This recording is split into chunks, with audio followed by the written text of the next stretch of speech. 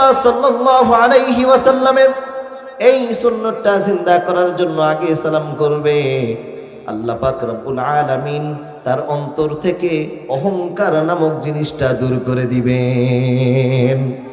আল্লাহ নবী বলেছেন, আফসুস সালাম বাইনাকুম, এই নিজেদের মাঝে সালাম তোমরা বেশি বেশি করে দাও। আল্লাহ নবীর সেই সাহাবী, বাজারের মধ্যে বেশি লোক, এই জন্য ঘুরে ঘুরে প্রত্যেকটা দোকানে যায় আর বেশি বেশি করে সালাম দেয়।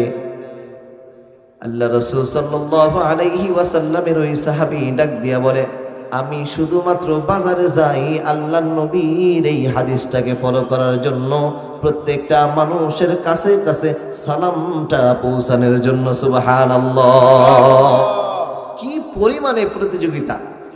খেয়াল করে দেখেন, কোন কোন সাহাবী দিনে সালাম দেয় 10টা, কোন কোন সাহাবী দেয় 15টা। তিনি চিন্তা করলেন, আমি তো এইভাবে ঘুরে ঘুরে গ্রামের মধ্যে মানুষ পাবো না, আমি এক কাজ করি, বাজারে যাই। বাস, বাজারে গিয়ে যে কয়জন মানুষ পায় সবাই একটা একটা করে সালাম দিতে দিতে দেখা যায় সবাই মিলে যেই সালাম দেয় তার চেয়ে বেশি ওই সাহাবী একাই সালাম দিয়ে ফেলে। সুবহানাল্লাহ। এইভাবে প্রতিযোগিতা সাহাবা একরামদের মধ্যে ছিল।